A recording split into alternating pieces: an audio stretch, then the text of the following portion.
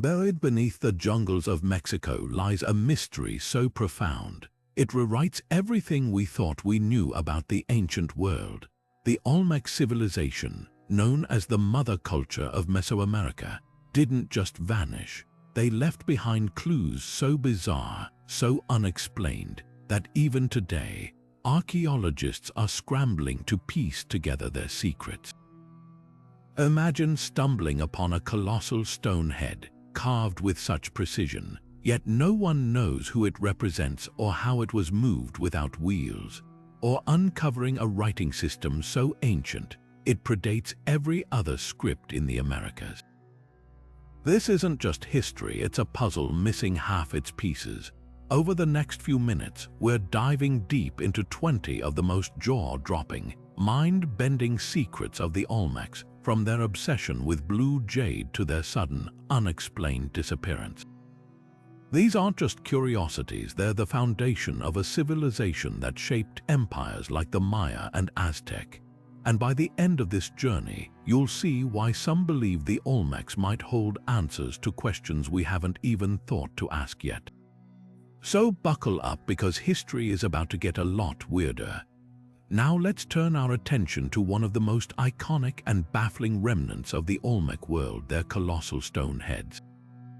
These massive sculptures, carved from basalt, stand as silent sentinels of a civilization that thrived over 3,000 years ago, yet they spark more questions than answers. Picture this: 17 giant heads have been discovered so far, each weighing anywhere from 6 to 50 tons, some towering over 9 feet tall. And here's the thing, they weren't just randomly placed. These heads were deliberately positioned in ceremonial centers, suggesting they held deep significance for the Olmec people. But who do they represent? That's where the mystery deepens. The heads feature strikingly unique facial features: broad, flattened noses, thick lips, and distinct headgear that resembles helmets.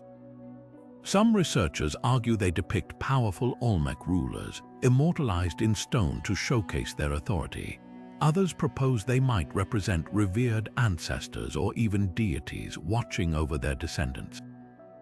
And then there's the wilder theory: could they depict visitors from distant lands or even otherworldly beings? The truth is, no one knows for sure, and that's part of what makes them so fascinating. Then there's the question of how they were made. Basalt, the volcanic rock used to carve these heads, wasn't just lying around. It had to be hauled from quarries over 50 miles away through dense jungles, swamps, and rivers.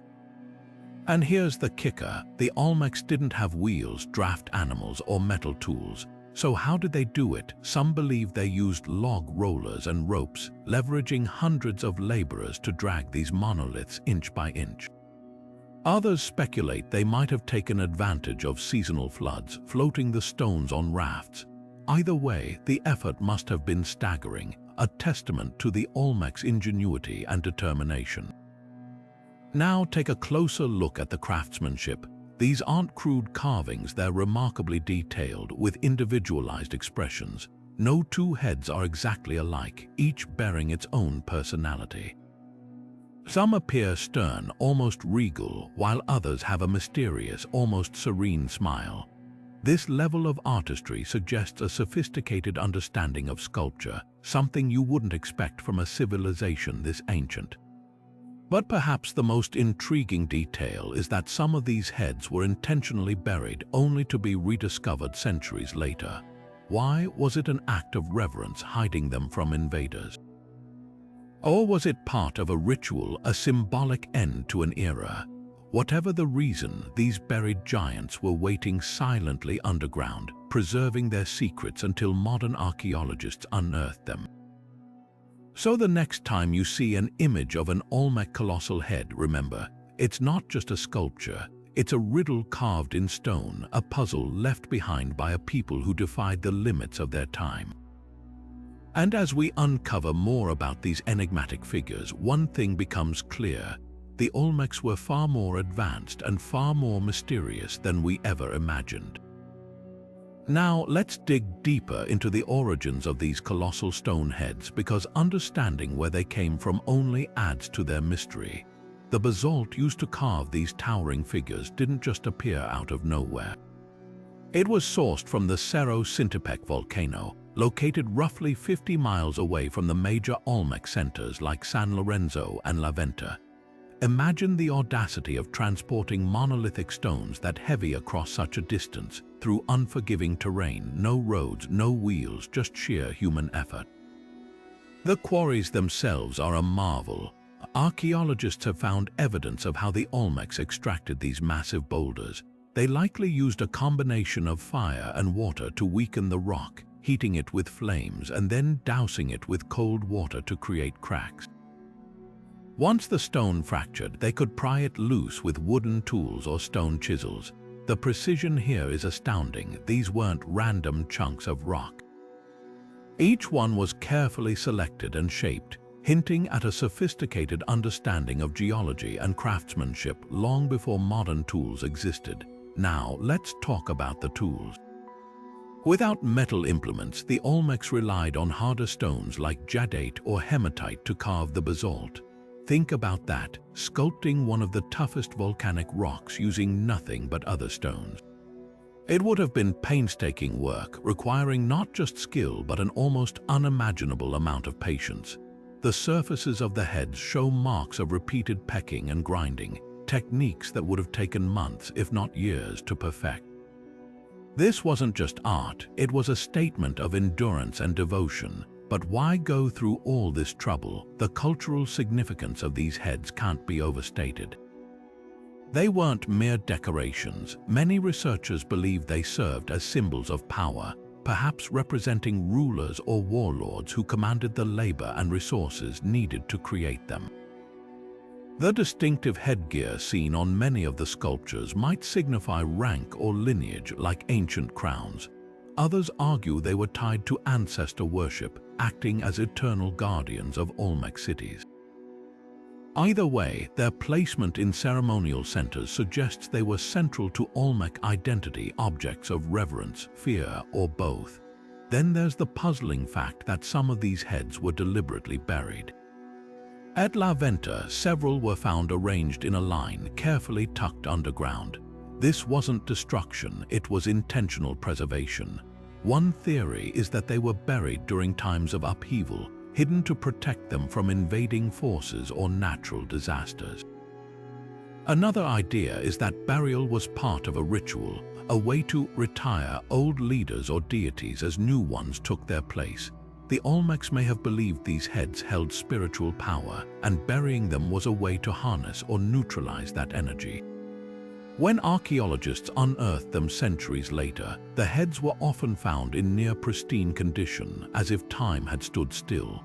This deliberate burial and preservation adds yet another layer to their mystery. Were they meant to be rediscovered, or were they hidden with the hope they'd never be seen again? The Olmecs left us no written records to explain, so we're left piecing together clues from the stones themselves. So the next time you marvel at an Olmec colossal head, remember, it's not just a sculpture, it's a testament to a civilization that mastered the impossible, moving mountains of stone with nothing but ingenuity and willpower. And as we uncover more about their origins, one thing becomes clear: the Olmecs didn't just carve heads, they carved their legacy into the earth itself, leaving behind puzzles we're still struggling to solve. Moving from stone to symbols, the Olmecs left behind another puzzle that reshapes our understanding of ancient communication. The Cascajal Block, discovered in the late 1990s near the Olmec site of San Lorenzo, is a slab of serpentine stone etched with 62 distinct symbols. What makes this artifact groundbreaking? It's the earliest known example of writing in the Americas, dating back to around 900 BCE. Unlike the later, more elaborate Maya script, the symbols here are simpler. Some resemble plants or animals, while others are abstract lines and dots. But don't let the simplicity fool you. This isn't random scratching. The symbols appear in deliberate patterns, suggesting they conveyed meaning, whether as names, rituals, or even early poetry. Deciphering these symbols is like trying to crack a code without a key. Without a Rosetta Stone equivalent for the Olmec language, researchers rely on comparisons to later Mesoamerican scripts. Some symbols bear a faint resemblance to Maya glyphs, fueling debates about whether the Olmecs were the progenitors of writing in the region. For instance, a maze-like symbol on the Cascajal Block might echo later depictions of maze gods in Maya texts. But here's the catch: correlation isn't proof. The Olmec script might be a dead end, a system that never evolved further, or it could be the foundation upon which the Maya and others built.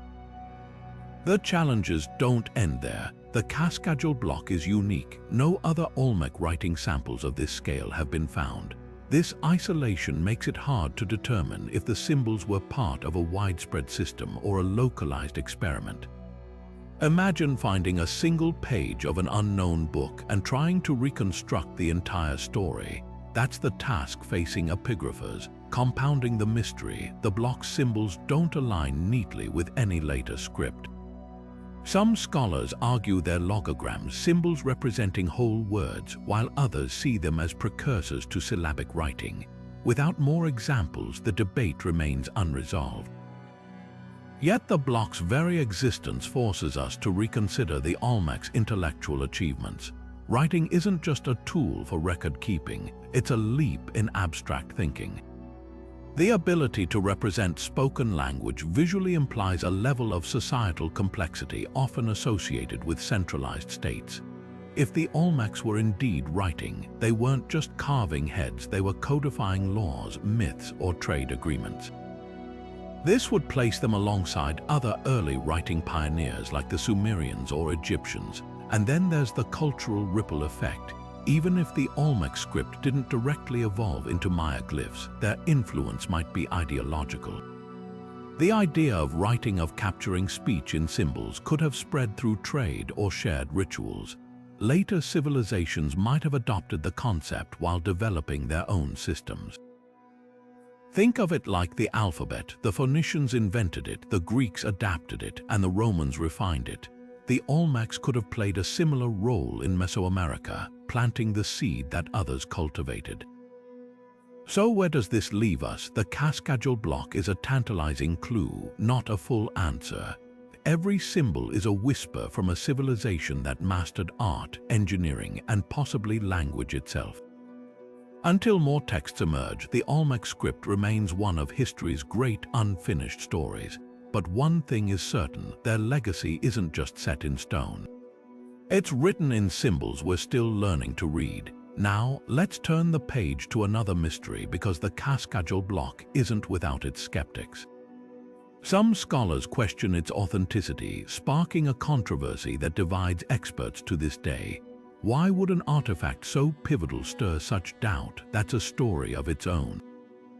Now, let's dig deeper into the debate surrounding the Cascajal Block, because not everyone is convinced this artifact is the real deal.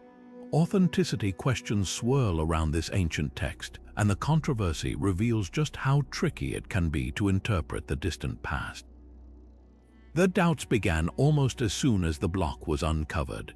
Some experts pointed out that it was found not during a formal excavation but by construction workers, raising concerns about its context. Without precise records of where it lay in the ground, it's harder to verify its age or origins. Critics argue it could be a later creation, even a modern forgery designed to mimic Olmec style. Then there's the matter of the symbols themselves. While some resemble known Olmec motifs, others are entirely unique, with no parallel in surviving art or later scripts. This inconsistency fuels skepticism. If the Olmecs had a writing system, wouldn't we see more examples of it across their other monuments or artifacts? The block stands alone, and that isolation makes it an outlier rather than a definitive piece of evidence. Adding to the uncertainty, the serpentine stone it's carved on is soft, unlike the basalt used for the colossal heads. This raises questions about preservation. How did such a fragile object survive centuries in the humid lowlands without significant erosion? Supporters counter that its burial might have protected it, but opponents see this as another red flag. The debate isn't just about the block's age, it's about what it represents. If genuine, it rewrites the history of writing in the Americas, but if fake, it's a frustrating distraction. Some researchers suggest a middle ground. Perhaps it's an ancient object but not necessarily writing. Could the symbols be random engravings, a craftsman's practice, or even a one-time ritual item with no broader linguistic significance? On the other side, defenders of the block argue that absence of evidence isn't evidence of absence. Just because we haven't found more examples doesn't mean they didn't exist. Organic materials like wood or bark could have been used for writing and simply didn't survive the centuries. The Olmec's tropical homeland is brutal on perishable artifacts, so it's plausible other texts have vanished. Then there's the stylistic argument. The symbols fit the Olmec's artistic conventions, abstract yet deliberate, much like their iconography. The block's discoverers note that forgers would need an encyclopedic knowledge of Olmec art to invent symbols that align so well with their known visual language. That level of expertise seems unlikely for a hoax. So where does this leave us? The Cascajal Block is either a groundbreaking discovery or a brilliant fake, and both possibilities tell us something important. If it's real, the Olmecs were even more advanced than we thought. If it's not, the controversy itself shows how much we still have to learn about verifying ancient texts. But here's the twist: even if the block's authenticity were proven tomorrow, its meaning would still be up for grabs. Without more texts to compare it to, these symbols remain a locked door. And that's the heart of the Olmec mystery. Every answer leads to new questions. Speaking of unanswered questions, let's shift focus to something just as enigmatic but far more fearsome. The Olmec's jaguar deities, hybrid figures that blur the line between human and beast. Now, let's step into the shadowy world of the Olmec's most haunting creations, the eerie, half-human, half-jaguar figures that dominate their art. These so-called Were-Jaguar deities are some of the most striking and mysterious symbols left behind by this ancient civilization. With snarling feline features melded onto human bodies, they blur the line between man and beast, leaving us to wonder, what did these terrifying hybrids truly represent? The word jaguar isn't just a single figure but a recurring theme in Olmec carvings, sculptures, and figurines. Imagine a human infant's body, but with the slitted eyes, fanged mouth, and cleft head of a jaguar, an unsettling combination that feels both divine and monstrous. Some scholars believe these figures depict a supernatural offspring, the result of a jaguar mating with a woman, a myth echoed in later Mesoamerican cultures. Others argue they represent shamanic transformations, where priests took on the jaguar's power during rituals. Either way, their prominence suggests they were central to Olmec spirituality. One compelling theory ties the word jaguar to rain and fertility. Jaguars, as apex predators of the rainforest, were seen as masters of water and the underworld, a connection reinforced by their ability to hunt both day and night. The Olmec heartland was a place of torrential rains and flooding rivers, so a deity that bridged the human and natural worlds might have been invoked to control these forces. Infantile features on some figures could symbolize renewal, tying the jaguar's power to cycles of life and agricultural abundance. Then there's the shamanic angle. Many indigenous cultures, both ancient and modern, believe in shape-shifting humans temporarily assuming animal forms to gain knowledge or power. The Olmecs may have viewed the jaguar as a spiritual ally, and shamans could have worn jaguar pelts or masks during ceremonies to channel its strength.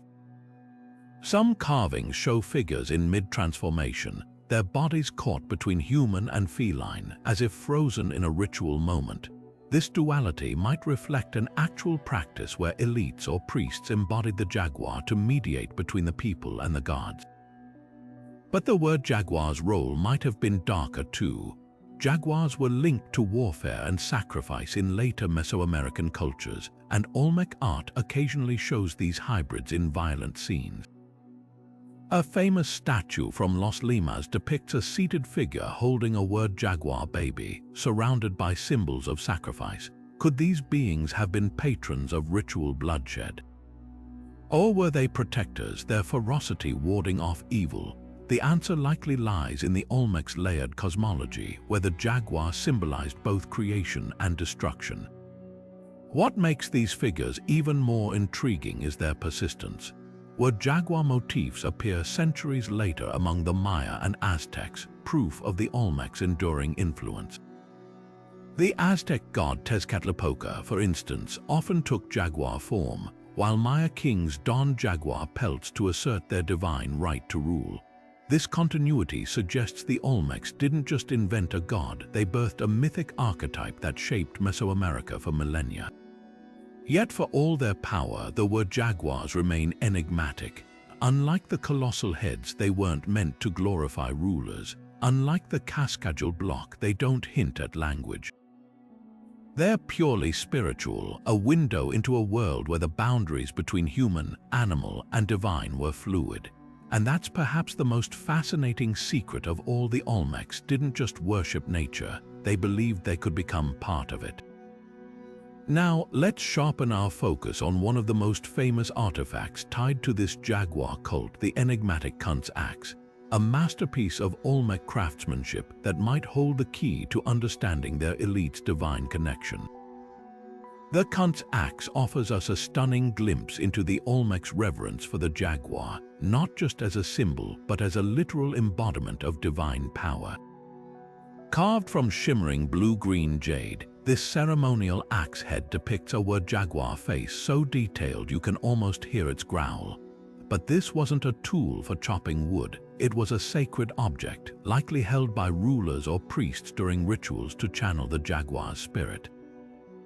The material alone tells a story. Jade was rarer than gold in Mesoamerica, mined hundreds of miles away in Guatemala, which means only the elite could possess such treasures.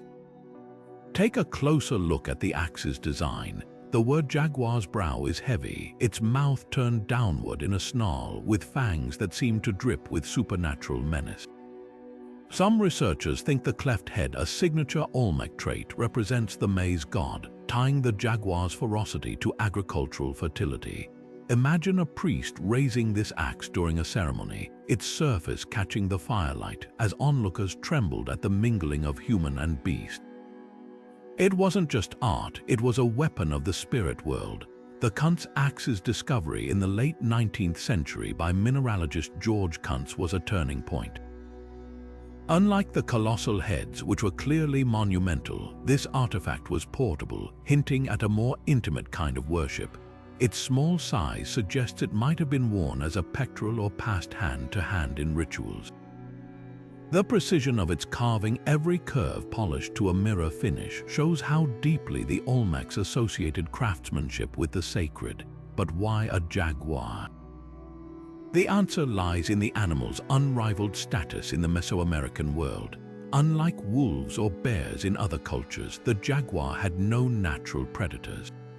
It ruled the night, moved silently through water, and could crush skulls with a single bite. To the Olmecs, it wasn't just a hunter, it was a bridge between realms. Jaguars prowled the rainforest floor but also climbed trees, embodying the connection between earth and sky, life and death. When an Olmec ruler held the Kuntz axe, he wasn't just invoking the jaguar's strength, he was claiming its divine right to govern. Other artifacts reinforce this link. At La Venta, archaeologists found jade figurines of jaguars curled as if in sleep, their bodies etched with intricate patterns resembling human tattoos. One theory suggests these were literal stand-ins for shamans during rituals, objects that could become the jaguar when activated by prayer or sacrifice.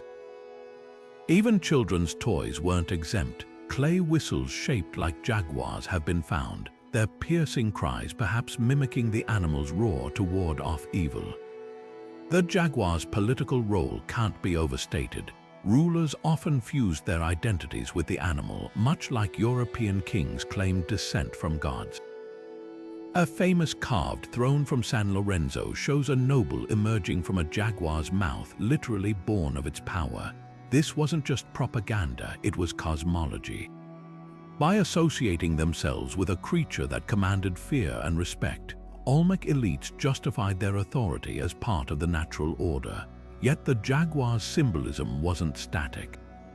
In some carvings, it lounges lazily, a benevolent protector. In others, its mid-leap, fangs bared, embodying chaos. This duality reflects the Olmec worldview. The jaguar wasn't just a god of war or rain, it was a force that balanced creation and destruction. A ruler who mastered its symbolism didn't just control people, he mediated between the seen and unseen worlds. As we move forward, we'll see how this reverence for the jaguar extended beyond art into the very architecture of Olmec cities. The pyramids they built weren't just tombs or temples, they were man-made mountains where the jaguar's spirit could climb closer to the gods.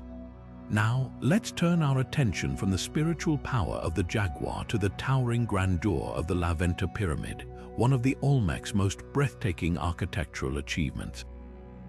Rising from the heart of their sacred city, this massive structure wasn't just a monument, it was a carefully crafted symbol of their connection to the forces of nature and the cosmos.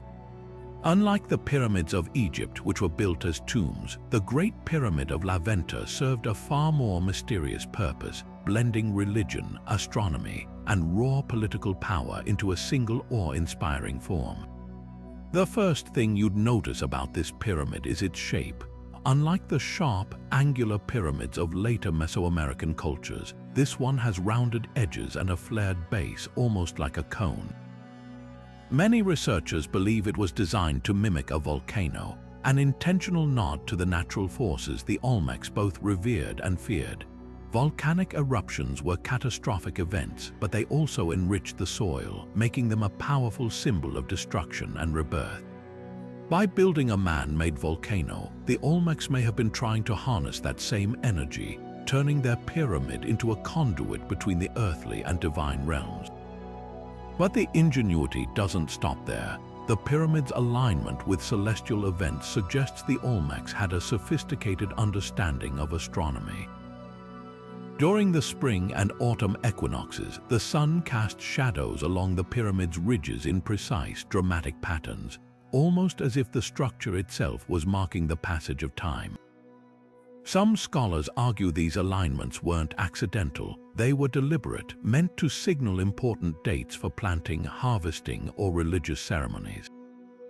Imagine standing at the base of the pyramid as the sun sets, watching the shadows stretch like fingers across the stone, signaling the arrival of a sacred festival or a king's coronation. So what exactly happened at this pyramid? While we don't have written records, the archaeological evidence paints a vivid picture.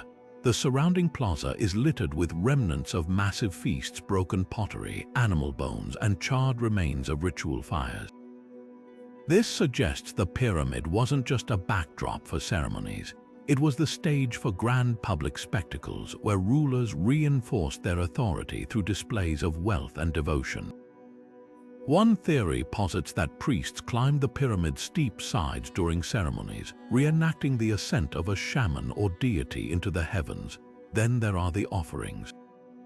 Hidden beneath the pyramid's base, archaeologists have uncovered caches of precious objects, jade figurines, polished mirrors, and even bundles of serpentine stones arranged in elaborate patterns. These weren't just random treasures, they were carefully placed as gifts to the gods, possibly to ensure fertility, victory in battle, or protection from disasters. The fact that these offerings were buried out of sight but never out of mind hints at the Olmec belief that the pyramid wasn't just a building. It was alive, a living link between their world and the supernatural. The pyramid's construction is another marvel. Built entirely of earth and clay without the stone blocks used by later civilizations, it stands as a testament to the Olmec's engineering prowess. Thousands of laborers would have toiled for years, hauling basket after basket of soil to create this artificial mountain. Why go to such lengths? Because in Mesoamerican cosmology, mountains were sacred. They were the homes of gods, the sources of rivers, and the pillars holding up the sky. By building their own mountain, the Olmecs weren't just showing off, they were staking a divine claim to the land itself. As we peel back the layers of Venta's pyramid, it becomes clear that this was more than just a place of worship. It was a political statement, an astronomical observatory, and a theatrical stage all rolled into one.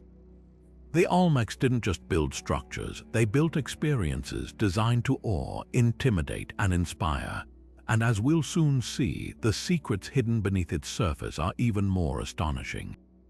Now let's dig deeper literally into the secrets buried beneath Venta's pyramid. While the towering structure itself is impressive, some of the most fascinating discoveries were made not on its slopes but underground. Archaeologists have uncovered hidden offerings, carefully placed treasures that reveal just how sacred this site was to the Olmecs. These weren't random trinkets tossed into a hole. Each object was chosen with purpose, positioned with precision, and buried as if sealing a pact with the gods. Among the most striking finds are the jade offerings. To the Olmecs, jade wasn't just a beautiful stone, it was a bridge to the divine. Its vibrant blue-green hue symbolized water, life, and the verdant energy of the natural world. But here's the twist: the Olmecs didn't just bury raw jade. They crafted intricate figurines, often depicting their signature Were-Jaguar deities or human faces with haunting, almond-shaped eyes.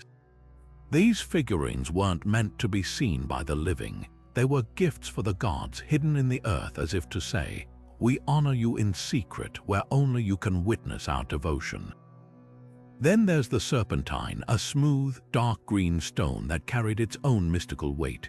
Unlike jade, which symbolized water and fertility, serpentine was tied to the earth's raw power. The Olmecs arranged serpentine blocks in geometric patterns, sometimes forming elaborate mosaics that resembled ceremonial carpets or celestial maps. One of the most famous discoveries is the so-called pavement of serpentine blocks, buried just beneath the pyramid's surface.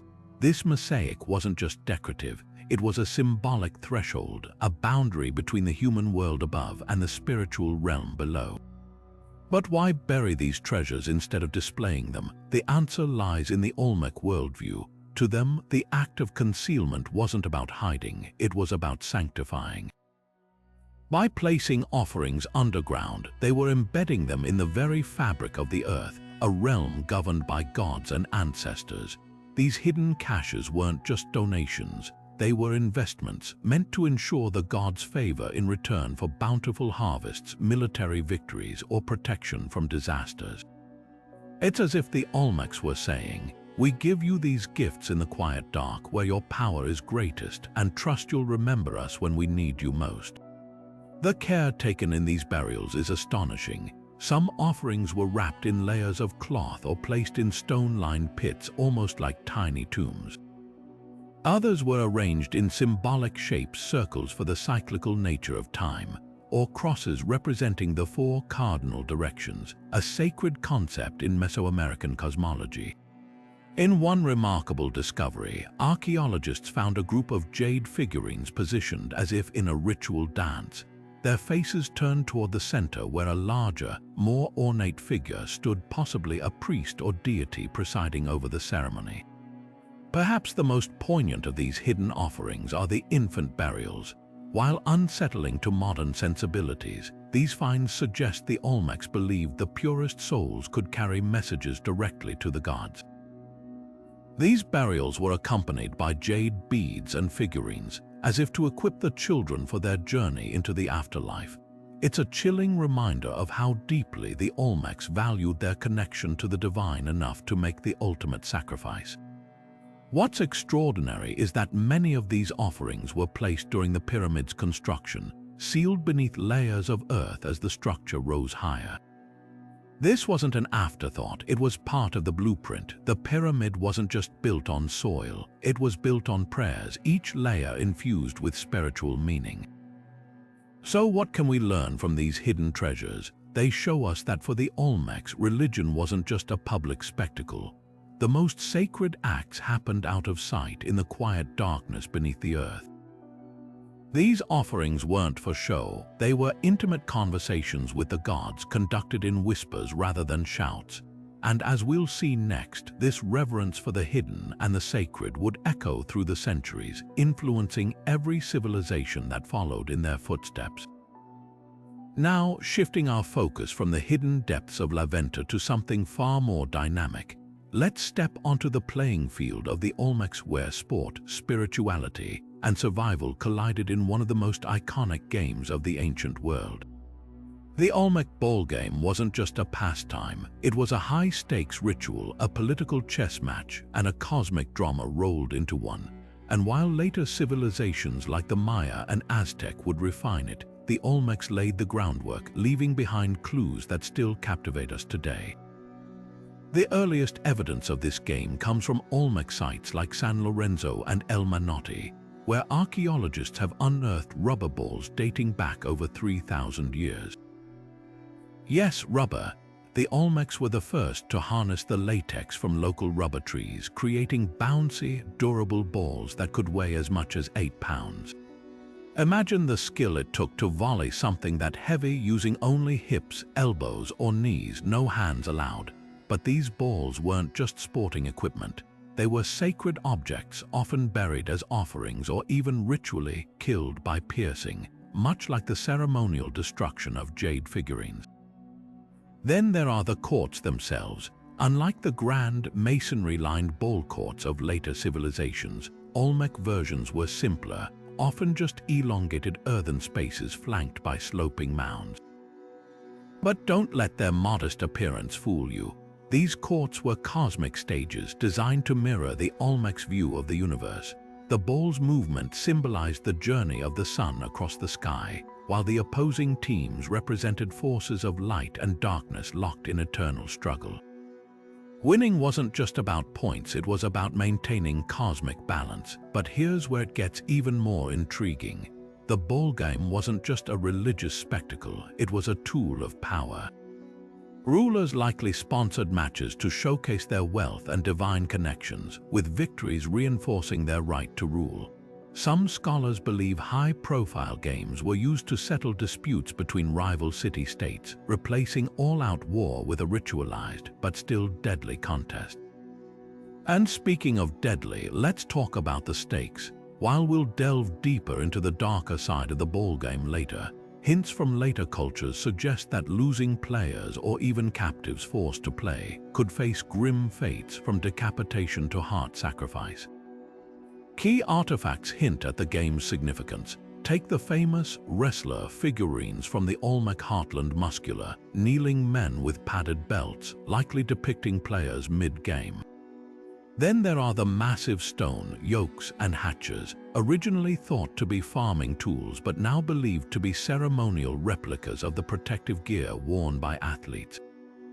These objects, often buried in elite tombs, suggest that skilled players held honored, almost heroic status in society.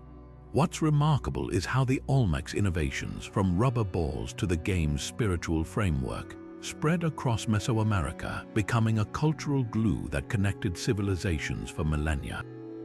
The ballgame wasn't just entertainment, it was a language of diplomacy, faith, and identity. And as we'll soon see, its legacy would take even more dramatic turns in the hands of the civilizations that followed. But for now, picture the roar of the crowd, the thunder of the ball, and the Olmec players moving in rhythm, their every strike echoing across the centuries. Now, let's pull back the curtain on the shadowy undercurrents of the Olmec ballgame, where triumph and terror walked hand in hand.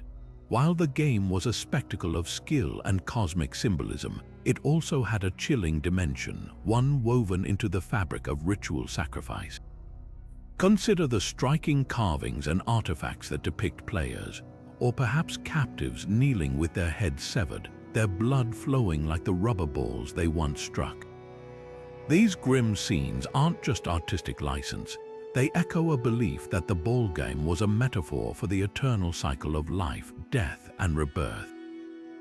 The losing team, or even chosen individuals, might have been offered to the gods, their sacrifice ensuring fertility, rainfall, or victory in battle. This idea finds roots in later Mesoamerican myths, like the Maya tale of the hero twins, who outwitted the lords of the underworld in a deadly ballgame, only to rise as the sun and moon. The Olmecs may have pioneered this narrative, blending sport and sacrifice into a single, sacred act. Archaeological finds add weight to the theory. At El Manotti, a sacred Olmec spring, rubber balls were found alongside human bones, some showing deliberate cuts as if ritually marked for the gods. Then there's the infamous Los Limas monument, a stone figure cradling a limp, possibly sacrificed child, its body adorned with ballgame regalia. Could this represent a ceremonial offering tied to the game? The chilling possibility lingers, but why link a sport to such brutality? For the Olmecs, the ballgame was more than competition. It was a reenactment of divine struggle. The ball, heavy with symbolic weight, mirrored the sun's perilous journey through the underworld each night. A player's death, then, might have been seen as a necessary echo of cosmic battles, ensuring the sun's rebirth at dawn. Even the rubber itself held sacred significance. Its bounce and resilience mirrored the cycle of life and death, making it a fitting offering or a grim tool of fate. The game's political undertones deepened its darker side. Victorious rulers could cement their power by orchestrating lavish and lethal matches, showcasing their connection to the gods.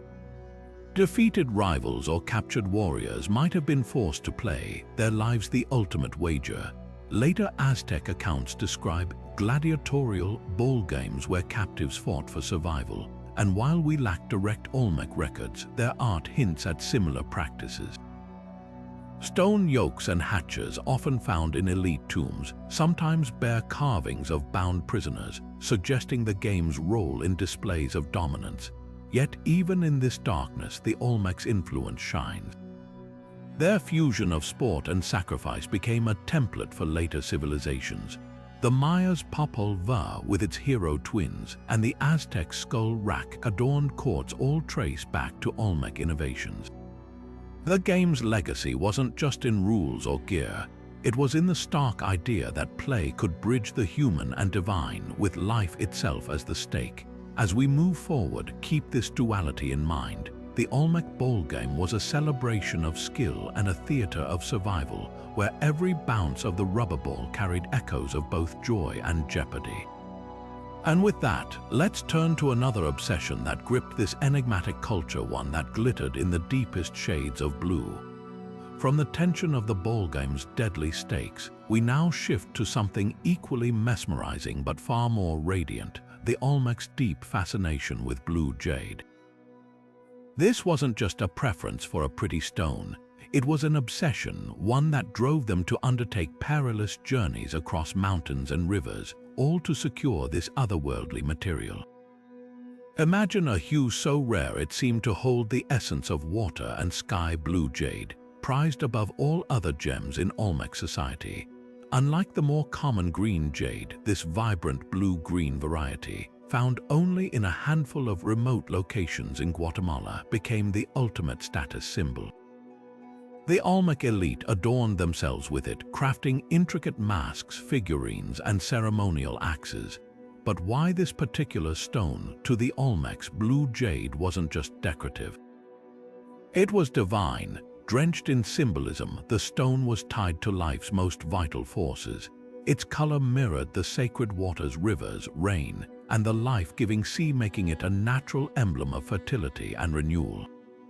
Archaeologists have uncovered stunning artifacts like the famous Kuntz axe, a ceremonial object shaped like a Were-Jaguar's face, its surface polished to a luminous sheen. Such pieces weren't mere decorations. They were likely used in rituals, perhaps even buried as offerings to gods associated with water and growth. The journey to obtain this jade was as dramatic as its symbolism. The Olmecs had no direct access to the mines in Guatemala's Motagua Valley, meaning they relied on vast trade networks stretching hundreds of miles. Picture traders navigating dense jungles and treacherous highlands, carrying raw jade or finished goods back to Olmec heartlands like La Venta. The risks were immense, but the reward, control over a substance believed to channel the gods' power, was worth every step. Some of the most haunting examples of this obsession are the jade masks placed over the faces of the dead. These weren't generic portraits but personalized likenesses, suggesting the stone was thought to guide or protect the deceased in the afterlife. One particularly striking mask, discovered in a royal tomb, has eyes carved slightly asymmetrically, as if capturing the subject's unique features. This attention to detail underscores how deeply jade was woven into their beliefs about life, death, and what lay beyond. Yet the allure of blue jade wasn't purely spiritual. It was also political. Rulers who possessed it could flaunt their connections to distant, mystical sources of power. Gift-giving ceremonies involving jade artifacts would have solidified alliances, displaying wealth and divine favor. A single pendant or figurine could speak volumes about a leader's reach and influence. What's fascinating is how this obsession outlived the Olmecs themselves. Later cultures like the Maya and Aztec continued to covet blue jade, often repurposing Olmec relics as heirlooms or sacred objects. A Maya king buried with an Olmec jade pendant centuries after the civilization's decline shows how enduring its prestige was. But here's the twist.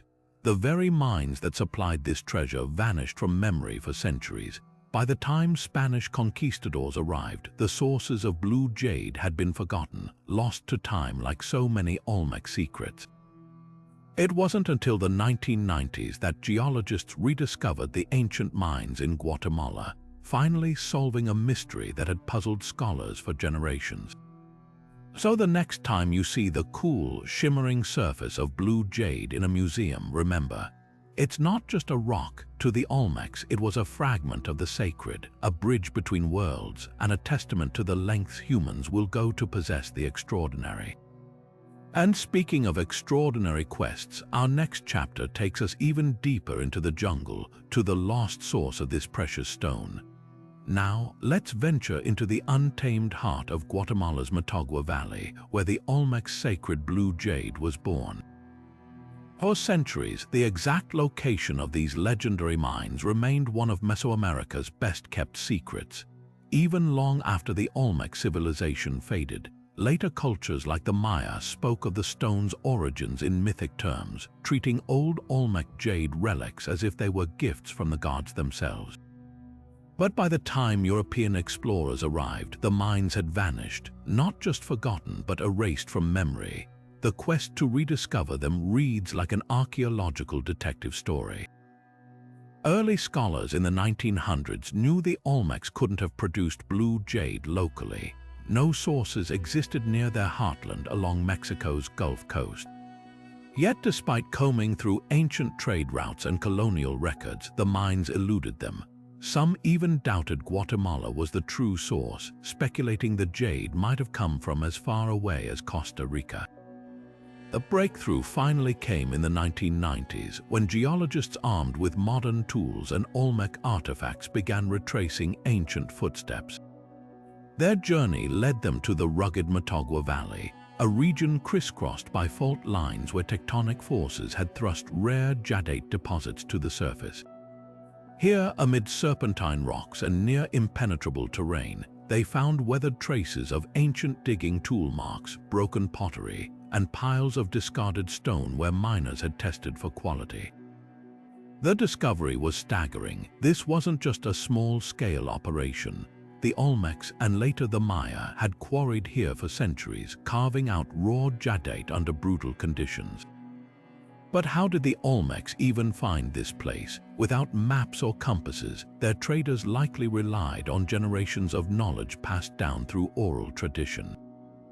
The route would have been grueling, a months-long trek through dense rainforests, across rivers swollen by seasonal rains, and over mountains where landslides were constant threats. Yet the Olmecs not only made this journey, they maintained it as a lifeline, suggesting a level of organization that defies their primitive stereotype. What's even more impressive is the scale of their trade network. The Motagua mines were just one node in a vast system stretching from Honduras to central Mexico. Olmec middlemen likely bartered with local communities along the way, exchanging goods like cacao, obsidian, or feathers for safe passage and jade. Some archaeologists argue these networks were the earliest version of the famed Mesoamerican trade routes later used by the Maya and Aztecs. The mines also reveal a darker side of this obsession. Jade mining wasn't just dangerous, it was likely forced labor. At sites like Cancun in Guatemala, researchers found evidence of Maya-era jade workshops staffed by captives. While we lack direct proof of Olmec-era slavery, the sheer volume of stone moved suggests some form of coerced labor, especially since the raw jade blocks could weigh hundreds of pounds. Rediscovering these mines didn't just solve a geological puzzle. It rewrote history. Chemical analysis proved that iconic Olmec artifacts like the Kuntz axe matched Motagua jade, confirming the valley as their primary source. Even more intriguing, some jade objects found in Olmec sites contained traces of minerals unique to smaller, now exhausted deposits nearby, hinting at even earlier, now lost mines. This revelation underscores how the Olmecs weren't just artists or priests, they were pioneers of globalization. Their demand for blue jade created the first pan-Mesoamerican trade web, linking distant cultures through shared desire. And when those mines were rediscovered in the 90s, it wasn't just geologists who celebrated. Modern Maya jewelers, reviving ancient techniques, once again began crafting jade into sacred objects, bridging a tradition broken for centuries. So the next time you marvel at an Olmec jade mask, remember, its journey began in a remote valley where earth and human ambition colluded to create something timeless. And as we peel back another layer of Olmec mystery, our path now leads to their greatest city, where rulers turned this sacred stone into symbols of absolute power. Now, let's turn our gaze to the sprawling ruins of San Lorenzo Tenochtitlan, the oldest known Olmec center and perhaps the most enigmatic. Nestled in the humid lowlands of Mexico's Veracruz region, this site was already ancient by the time other Mesoamerican civilizations rose to prominence. What makes San Lorenzo extraordinary isn't just its age, it's the audacity of its design. Imagine a city built atop a vast, artificial plateau, reshaped entirely by human hands over generations. The Olmecs didn't just adapt to the landscape here, they conquered it, leveling hilltops and redirecting rivers to create a sacred space that proclaims their mastery over nature. At its peak around 1200 years before the Common Era, San Lorenzo was a marvel of early urban planning. The central Acropolis stretched for nearly 2 square kilometers, flanked by earthen mounds and plazas arranged with what appears to be cosmic precision. But the true showstopper was the so-called King's Throne, a massive rectangular block of basalt carved with intricate reliefs of rulers emerging from niches, possibly symbolizing their connection to ancestral spirits. Nearby, archaeologists found Monument 14, a stunning sculpture depicting a bound captive at the ruler's feet, a chilling testament to the power dynamics at play. What's baffling is how abruptly this grandeur collapsed. Around 900 years before the Common Era, San Lorenzo's monuments were systematically defaced, not by invaders but seemingly by its own people. Colossal heads were toppled and buried in long, straight lines, their features meticulously gouged out. The throne was shattered. Some researchers interpret this as evidence of a violent uprising against the ruling class, perhaps fueled by drought or failed leadership. Others propose it was a ritual killing of monuments to mark the end of an era, a practice seen in later Mesoamerican cultures. Either way, the message is clear: this was no accident but a deliberate erasure. The evidence becomes even more intriguing when we examine San Lorenzo's drainage system. The Olmecs engineered an elaborate network of stone-lined channels, some running beneath the Acropolis itself. These weren't just practical, their U-shaped cross-section mirrors the cleft heads of Were-Jaguar deities, hinting at sacred significance. Yet in the city's final days, someone took pains to dismantle sections of this system, blocking key conduits. Could this sabotage have been part of the rebellion, Or was it symbolic, severing the lifeblood of a corrupt regime? Recent LiDAR surveys have added another twist, revealing that San Lorenzo's decline may have been slower than we thought. While the heart of the city was abandoned, outlying areas show signs of continued habitation for centuries. This suggests the collapse wasn't total, but rather a transformation, perhaps a rejection of centralized power in favor of smaller, more egalitarian communities. It's a pattern we'll see repeated across Olmec sites, hinting at a civilization constantly reinventing itself. As the mists of time part slightly over San Lorenzo, one truth emerges: the Olmecs here weren't just building a city. They were experimenting with the very idea of civilization, testing what forms of social organization could endure. Their failures may be as instructive as their successes, offering us a rare glimpse into humanity's first attempts at complex society. And as we'll soon see, their legacy didn't end with San Lorenzo's fall. It merely shifted to new centers of power waiting in the wings. But let's take a closer look at what was left behind. The scars on San Lorenzo's monuments tell a story that's far from random. The deliberate mutilation of these sculptures is one of the most haunting puzzles the Olmecs left us. Why would a civilization so devoted to art and symbolism turn against its own creations? The answer might lie in the very way these figures were attacked. Take the colossal heads, for example. These weren't just knocked over. They were carefully buried in precise alignments, their faces systematically defaced. Eyes gouged out, noses smashed, lips chiseled away. This wasn't the work of looters or invaders. It was methodical, almost ritualistic. Some researchers argue this points to a violent uprising, a people overthrowing the rulers these heads may have represented. If so, it's a stark reminder that even the Olmecs, for all their achievements, weren't immune to the tensions of power. Yet there's another possibility. What if this destruction wasn't an act of rebellion but part of a sacred ceremony? Across Mesoamerica, later cultures like the Maya practiced ritual termination, deliberately killing objects or buildings to mark the end of an era. They believed monuments held spiritual energy, and to deactivate them, they had to be broken or buried. Could the Olmecs have shared this belief? The placement of the damaged heads, often in rows, facing specific directions, hints at something more than anger. It suggests intention, maybe even reverence, as if the act of defacement wasn't an erasure but a transformation. Then there's the political angle. The mutilation isn't consistent across all sculptures. Some figures, like the bound captive on Monument 14, were left untouched while nearby thrones were shattered. This selective destruction implies a targeted message. Perhaps it was a purge, a way for new leaders to distance themselves from the old regime without rejecting Olmec identity entirely. Or maybe it was a symbolic reset, a society trying to break from tradition while keeping fragments of its past intact.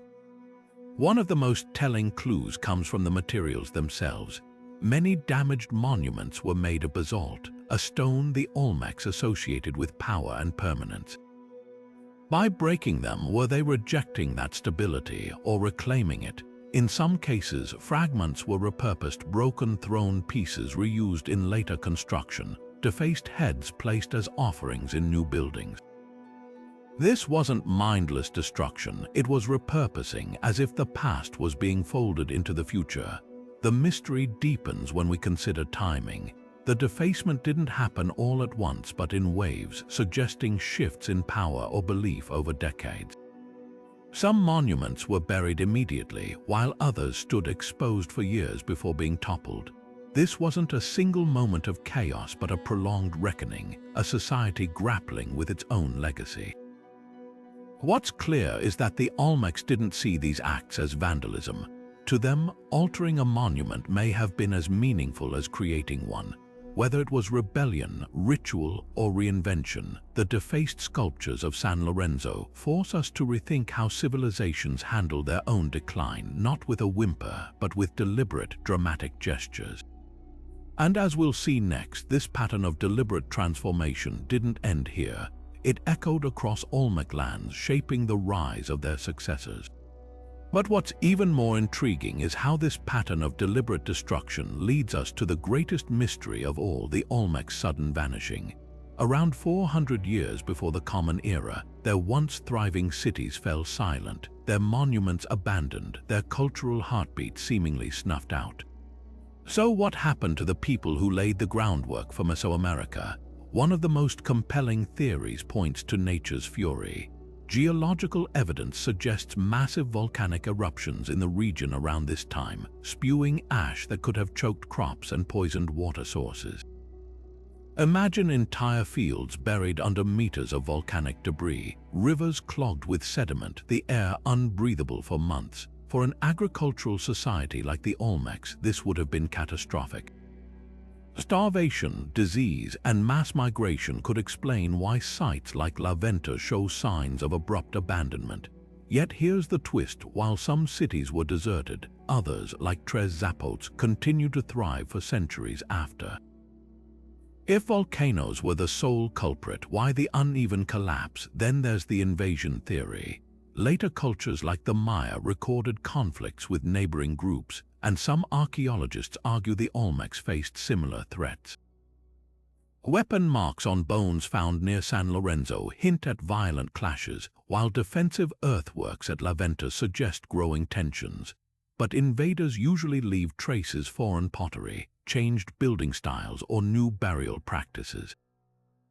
The Olmec archaeological record shows none of this. Instead, their artifacts simply stop. No signs of conquest, just quiet dissolution.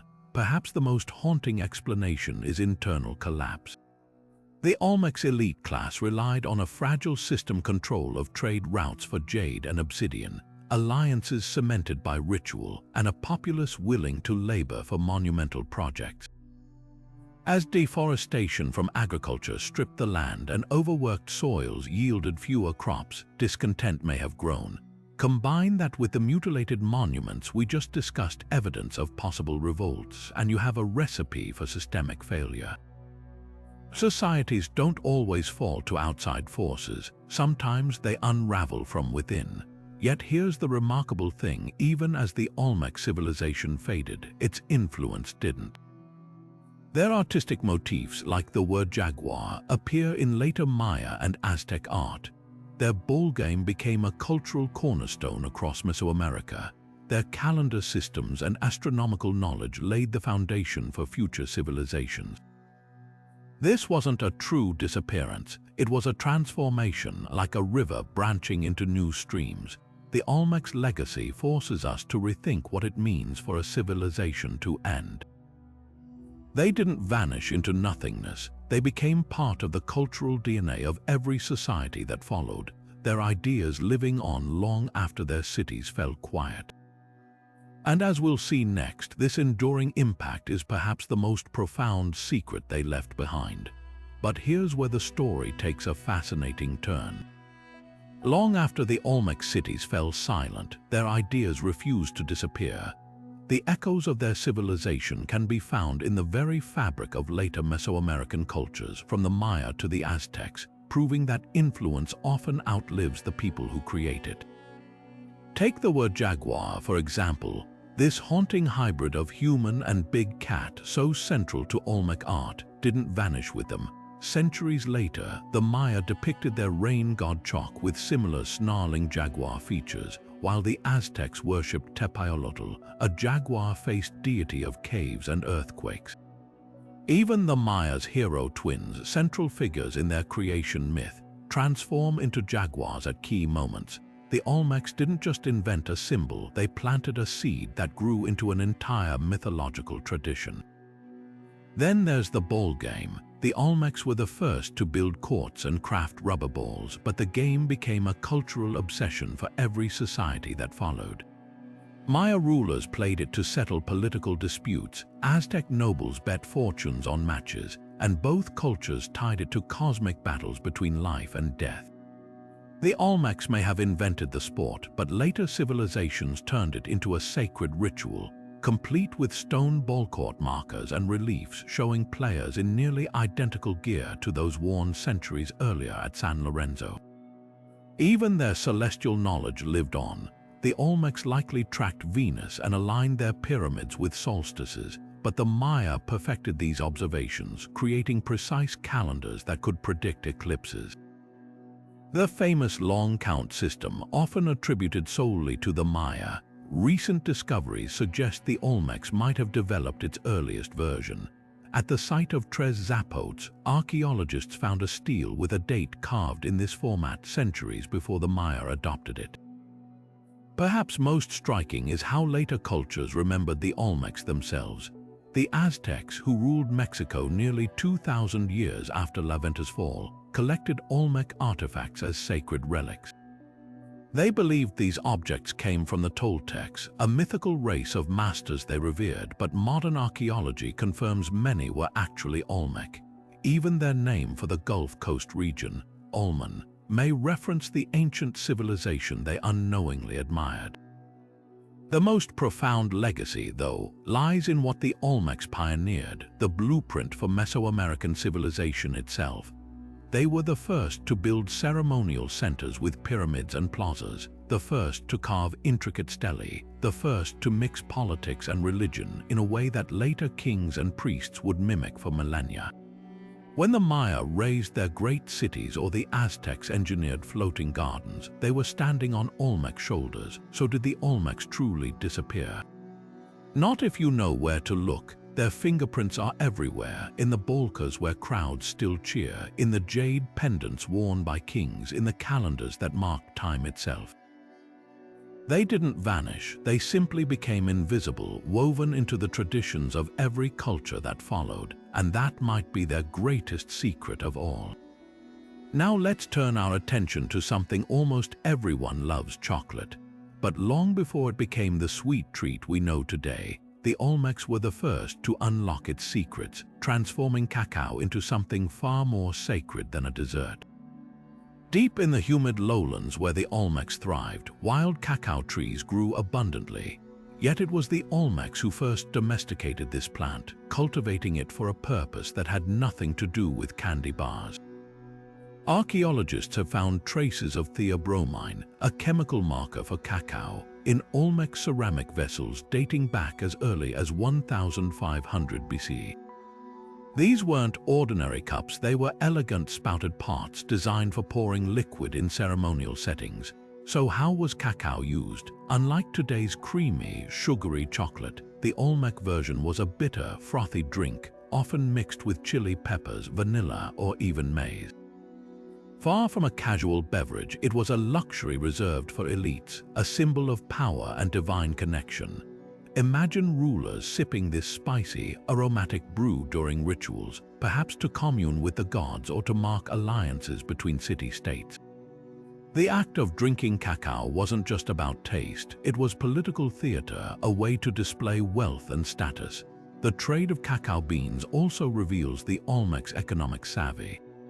These beans were so valuable they likely served as an early form of currency in Mesoamerica, a practice later adopted by the Maya and Aztecs. The Olmecs didn't just consume cacao, they turned it into a commodity, transporting it along river networks to distant regions. Residue studies show cacao was present in sites far from where it grew, proving the Olmecs built extensive trade routes to distribute this prized resource. But the most intriguing connection lies in cacao's spiritual role.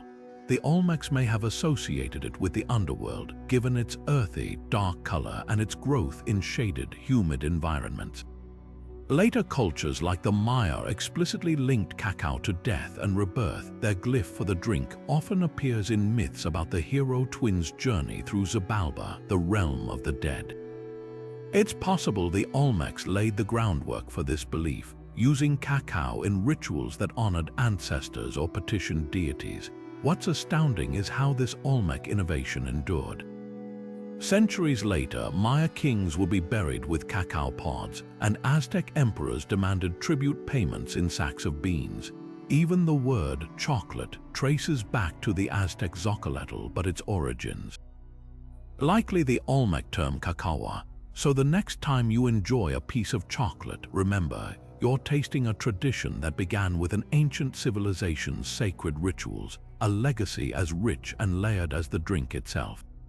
And speaking of rituals, this brings us to an even darker aspect of cacao's story, one tied to blood, sacrifice, and the afterlife, but we'll delve into that shortly. For now, consider this: the Olmecs didn't just give us colossal heads or ball games. They handed down a ritual that, in some form, still captivates the world today. Not bad for a civilization that vanished 2,000 years ago. But now, let's pull back the curtain on something far more profound. The ritual world where cacao wasn't just a drink, but a bridge to the divine. For the Olmecs, chocolate wasn't merely a luxury, it was a sacred medium woven into ceremonies that blurred the line between the living and the dead. Picture this: a dimly lit temple, the air thick with the scent of burning copal resin. A ruler, adorned in jade and jaguar pelts, raises a vessel of frothing cacao, its surface glinting with flecks of chili. This wasn't a casual toast, it was an act of communion. The bitter, spiced brew was believed to carry prayers to the gods, its intoxicating aroma and stimulating effects thought to open doorways to the spirit world. Scholars suggest the Olmecs may have even combined cacao with hallucinogenic substances like mushrooms or morning glory seeds, heightening its role in visionary rituals. But the connection between cacao and the supernatural runs deeper. The Olmecs associated the drink with blood, the ultimate life force. In later Mesoamerican cultures, cacao was literally called the blood of the earth, and the Olmecs likely held similar beliefs. Artifacts show rulers performing auto-sacrifice, piercing their tongues or earlobes to spill blood onto bark paper, which was then burned as an offering. Some vessels even depict cacao pods alongside bloodletting tools, hinting at a ritual link. The dark color of the drink mirrored the life-giving yet terrifying essence of blood, tying it to cycles of death and renewal. This duality, cacao as both nourishing and mystical, extends to its ties with the underworld. The Olmecs revered caves as portals to the realm of ancestors, and cacao trees, thriving in shadowy forest understories, may have symbolized this liminal space. Later Maya myths describe cacao trees growing in Xibalba, their roots drawing power from the underworld. One striking discovery is the presence of cacao residue in burial offerings. At Puerto Escondido in Honduras, a grave from around 1100 BC contained a vessel stained with theobromine, placed there to sustain the deceased in the afterlife. This practice, possibly Olmec in origin, suggests they viewed cacao as a food for the soul's journey. Even the preparation of the drink was ritualized.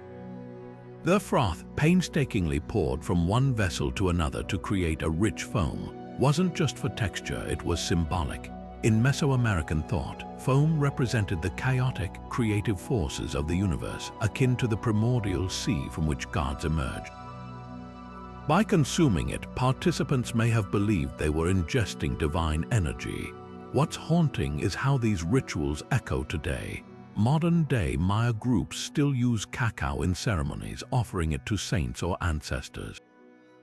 The Olmec's legacy isn't just in the drink itself, but in the belief that something as humble as a bean could connect mortals to the infinite. Next time you savor chocolate, remember, its history is steeped not just in flavor, but in the very essence of life, death, and what lies beyond. And this interplay between the sacred and the mortal leads us to another Olmec mystery, one written in the stars, because while cacao connected them to the underworld, their gaze was fixed just as firmly on the heavens. Now, let's turn our eyes skyward, because the Olmecs weren't just masters of the earth, they were students of the cosmos. Their understanding of the heavens was so advanced, it might just rewrite what we know about early astronomy. At sites like La Venta, the arrangement of structures isn't random, it's a carefully crafted celestial map. The central pyramid, for instance, aligns with the setting sun during the equinoxes, casting shadows that divide the plaza into precise halves. This wasn't accidental. It was a deliberate nod to the rhythms of the universe, a way to mark time and seasons with stone. But the Olmecs didn't just track the sun. There's compelling evidence they followed Venus, the dazzling morning star that obsessed later Mesoamerican cultures. At the site of San Lorenzo, archaeologists found a carved pectoral, a ceremonial breastplate depicting a star-eyed figure, possibly a ruler transformed into a celestial being. The surrounding symbols match later Venus glyphs used by the Maya, hinting that the Olmecs may have been the first to link this planet with power and divinity. Even more startling, some researchers argue that the famous Venta Pyramid isn't just shaped like a volcano. It could mirror the cyclical movements of Venus, its stepped sides echoing the planet's 8-year dance across the sky. Then there's the eclipse question. While later civilizations like the Maya left detailed eclipse records, the Olmecs left clues in stone. At Tres Zapotes, a broken stela, often called Monument 3, bears a date in the long count calendar corresponding to a solar eclipse in 32 BC. But here's the twist: this monument was carved centuries after the Olmec decline. Does it reflect preserved Olmec knowledge, or did later cultures attribute their own discoveries to these ancient masters? The debate rages on, but one thing's clear: the Olmecs were keen observers. Their jade figurines often feature crescent-shaped headdresses, possibly symbolizing eclipses or moon phases. One particularly striking artifact, the Olmec dragon, sports a serpentine body studded with star-like motifs. Could this be an early representation of an eclipse or comet? The real marvel is how they achieved this precision without telescopes or written manuals. Unlike the Egyptians with their obelisks or the Babylonians with their clay tablets, the Olmecs relied on memory, oral tradition, and painstaking observation. Imagine priests perched atop pyramids, tracking the slow creep of shadows or the sudden disappearance of stars. They might have used simple tools, a straight stick for sighting, a bowl of water to reflect the sky, but their results were anything but primitive. At El Manotti, a sacred spring, offerings were placed in alignment with solstice sunrises, suggesting astronomy was woven into even their most intimate rituals. And their legacy, it's written in the stars literally. The Maya, who inherited much of their cosmology from the Olmecs, refined these observations into complex calendars and eclipse tables. But the Olmecs laid the groundwork, proving that the night sky wasn't just a spectacle, it was a sacred text, one they decoded with astonishing skill. This celestial prowess leads us to another puzzle, their calendar. Because if they could read the heavens, did they also invent the system that later cultures used to measure time itself? Now let's untangle one of the most heated debates in Olmec archaeology, their calendar system. The Maya are famous for their precise long count calendar, a complex web of cycles tracking time over thousands of years. But here's the twist: mounting evidence suggests the Olmecs might have created it first. Take the Cascajal Block, that controversial artifact we discussed earlier. Among its symbols, some researchers spot glyphs resembling later Maya calendar signs, like the Were-Jaguar Deity marker. Then there's the Tres Zapotes stela, Monument C, which bears a long count date equivalent to 32 BC. Proponents argue this proves the Olmecs were counting time the same way the Maya later would. But skeptics fire back: these artifacts could be later creations or even forgeries. The Cascajal Block symbols remain undeciphered, and Monument C was carved centuries after San Lorenzo's fall. So who's right? The heart of the controversy lies in two camps. One believes the Olmecs invented the long count as early as 500 BC, pointing to scattered glyphs at San Lorenzo that resemble early calendar notations. The other insists the Maya developed it independently, citing the lack of a complete, undisputed Olmec long count inscription. But consider this: at El Manotti, archaeologists found greenstone celts arranged in groups of 13 and 20, numbers sacred to Mesoamerican calendars. Coincidence? Unlikely. The Maya later used these same numbers in their Tzolk'in cycle, even more compelling. Venta's ceremonial offerings include jade figurines buried in sets matching calendar intervals. If the Olmecs were ritually marking time this way, it's a short leap to formalizing a calendar. Yet critics highlight a glaring gap: no Olmec zero. The long count relies on the concept of zero, and while the Maya had a shell-shaped glyph for it, no Olmec equivalent has been found. Without it, could they have calculated dates accurately? Some scholars propose they used placeholder symbols, now lost to time. Others argue their mathematics were sophisticated enough to imply zero's existence, even if it wasn't recorded. What's undeniable is their obsession with cycles. The Venta Pyramid, with its volcanic shape, might not just mirror Venus, it could represent time's cyclical nature. Their art teams with repeating motifs, spirals, entwined serpents, even the Were-Jaguar's recurring snarl. These weren't just decorations, they were visual metaphors for time's endless loop, later echoed in the Maya's sacred Ouroboros serpent eating its own tail. So where does this leave us? The Olmecs likely tracked celestial cycles meticulously, laying groundwork the Maya refined. Whether they invented the long count or simply inspired it, their legacy is stamped on every Mesoamerican calendar that followed. Their greatest secret, teaching us that time isn't just measured, it's woven into the very stones they left behind. Next, we'll shift from the cosmic to the culinary, uncovering how the Olmecs pioneered a treat we still cherish today.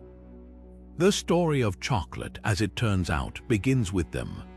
From the cosmic to the culinary, the enigmatic Olmecs have left us with more questions than answers, but what we've uncovered so far is nothing short of astounding. Let's take a moment to weave together the threads of these 20 secrets that paint a portrait of Mesoamerica's mother culture. We began with their colossal stone heads, those silent sentinels whose sheer size and craftsmanship baffle engineers even today. Then came their mysterious writing system, possibly the earliest in the Americas, etched into artifacts like the Cascajal Block. Their spiritual world came alive through the Were-Jaguar Deity, a symbol of power straddling the human and divine realms. At Venta, we climbed the pyramid that might mirror a volcano and uncovered hidden offerings of jade and serpentine, each piece a silent prayer to forces we're still deciphering. The Olmecs didn't just build monuments, they built traditions. Their ballgame wasn't merely sport, it was ritual, possibly tied to the sacred and the sacrificial. Their obsession with blue jade led them on trade routes stretching hundreds of miles, while their sudden decline at San Lorenzo left behind defaced monuments whispering of rebellion or renewal. Even their disappearance couldn't erase their influence, as later cultures like the Maya and Aztec adopted their gods, their art, and perhaps even their calendar. And who could forget chocolate? The Olmecs were the first to unlock the magic of cacao, turning bitter beans into a drink that fueled rituals and connected worlds. Their understanding of astronomy mirrored their obsession with cycles, seen in the alignments of Venta and the celestial patterns embedded in their art. Each of these secrets reveals a civilization far ahead of its time, a culture that didn't just exist but innovated, creating blueprints others would follow for centuries. Their legacy isn't just in the artifacts they left behind, but in the questions they inspire. What other inventions have we wrongly credited to later civilizations? How much of their knowledge was lost when their cities fell? And now we turn to you. With every excavation, archaeologists peel back another layer of the Olmec mystery. What do you think still lies buried, waiting to rewrite history? Share your theories in the comments below, because the story of the Olmecs isn't finished. It's a puzzle we're all piecing together. If you've enjoyed this journey through the heart of Mesoamerica's first great civilization, don't forget to like and subscribe. Hit that notification bell so you never miss an adventure into the past. Who knows, the next secret we uncover might just be the one that changes everything. Until then, keep questioning, keep exploring, and remember the past is always closer than it seems.